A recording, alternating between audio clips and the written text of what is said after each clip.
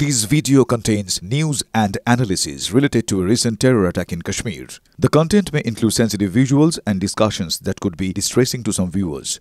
Viewer discretion is advised. We strongly condemn all forms of violence and terrorism. The purpose of the content is solely to inform and create awareness based on verified reports. আজ operation সিঁদুরের 1 মাস আর ঠিক সেরকম একটা দিনে দাঁড়িয়ে প্রধানমন্ত্রী বললেন যে পাকিস্তান অপারেশন সিঁদুরের কথা শুনলেই ভয় পাচ্ছে। তারা ভাবতেই পারেনি যে 100 কিলোমিটার ভিতরে ঢুকে এভাবে হামলা করে সেই সমস্ত একের পর এক জঙ্গি ঘাঁটি গুড়িয়ে দিতে পারবে ভারত। ভয় পাচ্ছে পাকিস্তান, হুঙ্কার প্রধানমন্ত্রী। आज 6 जून है, याद कीजिए 1 महीने पहले, ठीक 1 महीने पहले 6 मई की वो रात पाकिस्तान के आतंकियों पर कयामत बरसी थी।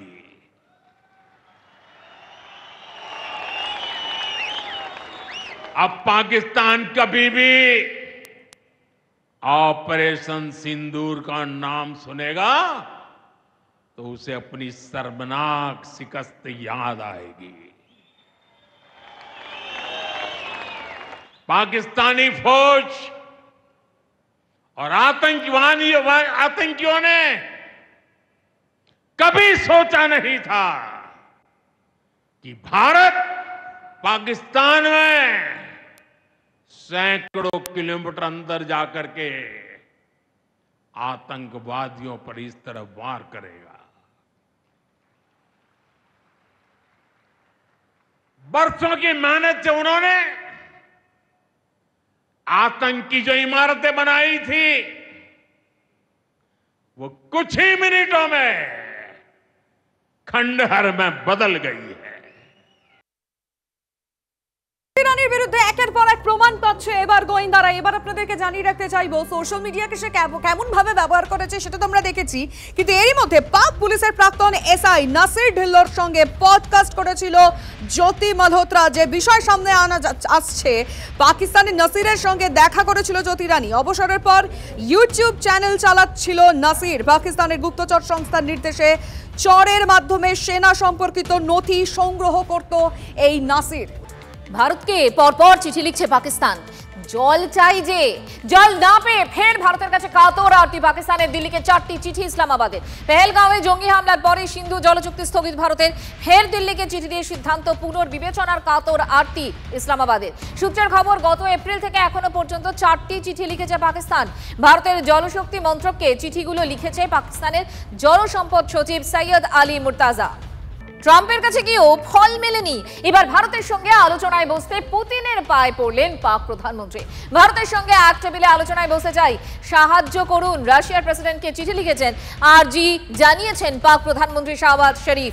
দ্বন্দ্ব মেটাতে যে কোনো কূটনৈতিক পদক্ষেপের জন্য প্রস্তুত ইসলামাবাদ, আর যে কোনো নিরপেক্ষ মধ্যস্থতার জন্য তৈরি পুতিনকে জানিয়েছেন পাক প্রধানমন্ত্রী।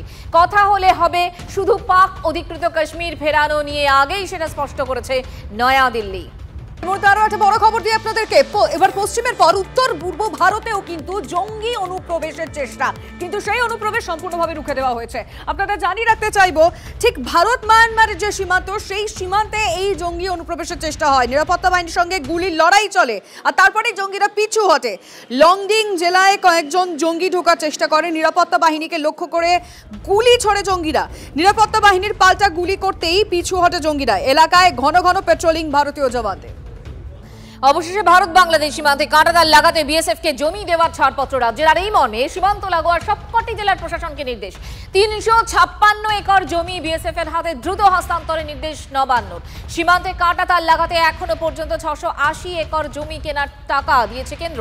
এর মধ্যে 324 একর জমি পেয়েছে বিএসএফ, কিন্তু বাকি 356 একর জমি নিয়ে দেখা দেয় জটিলতা। শুরু হয় কেন্দ্র রাজ্য টানাপোড়েন। গত রবিবার কেন্দ্রীয় স্বরাষ্ট্র সচিব গোবিন্দ মোহনের সঙ্গে বৈঠক করেন রাজ্য প্রশাসনের শীর্ষ কর্তারা। বৈঠকে সীমান্ত সুরক্ষা নিয়ে আলোচনার পরই জেলাগুলিকে দ্রুত জমি হস্তান্তরের নির্দেশ নবান্নের। এগুলো প্রসিডিওর হয়েছে, এটা নিয়ে আমি ঠিক জানি না, আমি বলতে পারবো না। এটা প্রসিডিওর, যে প্রসিডিওর হয়তো বিএসএফ চেয়েছে, দিয়েছে। ঠেলার নাম বাবাজি, ঠেলা পড়ে এখন এই ধরনের সিদ্ধান্ত নিতে বাধ্য হয়েছে। এই জমি যদি আগে দেওয়া হতো তাহলে নিশ্চিতভাবে সেটা দেশের এবং রাজ্যের অভ্যন্তরীণ নিরাপত্তার ক্ষেত্রে সেটা সহায়ক হতো। মুখ্যমন্ত্রী অমিত শাহজি আর মোদিজিকে প্রচণ্ড ভয় পান, সেই কারণেই আপনি 1 মাস ধরে স্বরাষ্ট্র দপ্তর থেকে বলছে চিহ্নিত করুন যারা যারা অনুপ্রবেশকারী, যারা যারা পাকিস্তানি তাদেরকে চিহ্নিত করে তাদেরকে আটক করে তাদেরকে করুন, মানে পাঠান ফেরত। এখানে আমরা কোনো মুভমেন্ট দেখতে পেলাম না। হঠাৎ করে যেদিনকে অমিত শাহজি আসছেন সেই রাত্রে যেদিনকে এলেন উনি, সেই সকাল থেকে আমরা ধরপাকড় শুরু দেখলাম। কেন? এতদিন ধরে কানে কিলিয়ে কিলিয়ে আমরা বলেছি জমি দিন, প্রায় 400 কিলোমিটার ফেন্সিং হয়নি, খালি পড়ে রয়েছে, অনুপ্রবেশকারীরা ঢুকছে। উনি কি জানেন না? উনি সবই জানেন। সুতরাং অন্তত অমিত শাহজির ভয়ে যে উনি জমিটা কিছুটা দিতে শুরু করেছেন, এই আমাদের ভাগ্যই ভালো।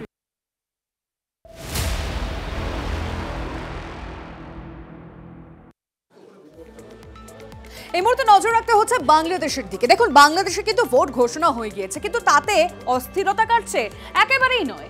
অস্থিরতা সেখানে কাটছে না, বরং ভোট নিয়ে আরো জটিলতা তৈরি হয়েছে। কারণ ইতিমধ্যেই অন্তর্বর্তী সরকার এবং বিএনপির সঙ্গে একটা কিন্তু বেশ সংঘর্ষ শুরু হয়েছে ভোট নিয়ে। আমি কথা বলতে চাইবো আমাদের প্রতিনিধির সঙ্গে। সুমন কল্যাণ এই মুহূর্তে রয়েছেন টেলিফোন লাইনে। সুমন, এত জটিলতা, এত অস্থিরতার মধ্যে বাংলাদেশে আদৌ ভোটটা হবে তো? দেখো, এটা এখন কিন্তু একটা বড় প্রশ্ন, কারণ আদৌ ভোট হবে কিনা। কারণ বিএনপি থেকে শুরু করে অন্যান্য বেশ কয়েকটি দল, অর্থাৎ প্রায় সিংহভাগ দলই চাইছে ডিসেম্বরের মধ্যে ভোট হোক।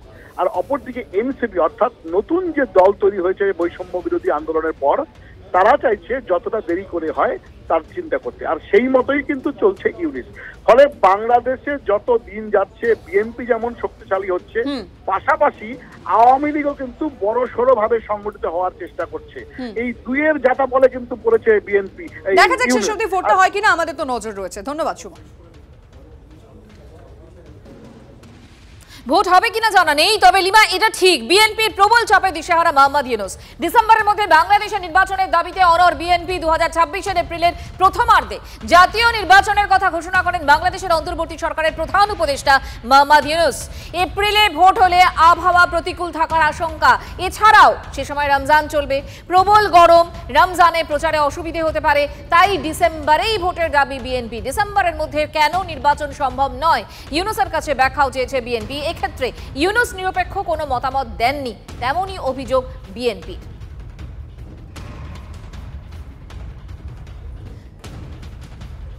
তবে আমরা আরো বেশ কিছু গুরুত্বপূর্ণ খবরে নজর রাখবো। এর মধ্যে আরো একটা বড় খবর আসবে, মঞ্জিরার কাছে আগে ফিরে যেতে চাইবো।